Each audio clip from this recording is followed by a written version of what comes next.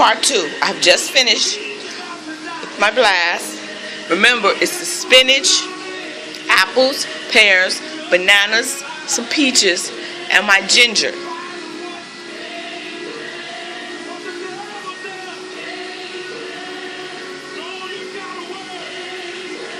Guys, let me tell you something. This is awesome.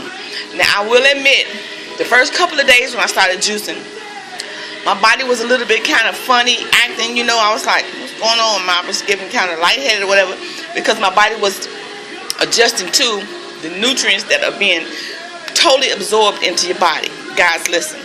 This is 2014. I'm sure some of us have some panels we want to get rid of. And then again, some of us have children that we want to be around a little bit longer for. And as they get older, I don't want it to be my kids' responsibility to take care of me because it's something I didn't do for me. I want to be healthy, to be around, to take care of my children as we grow together. Thank you, Sister Moses, for that insight last year. She said, I don't want my children to have to take care of me because of something I did not take care of myself. Amen, somebody. So come on, guys. Jump on board. Let's get healthy. Our lives depend on it. Have a blessed day, guys. Stay in the will of God.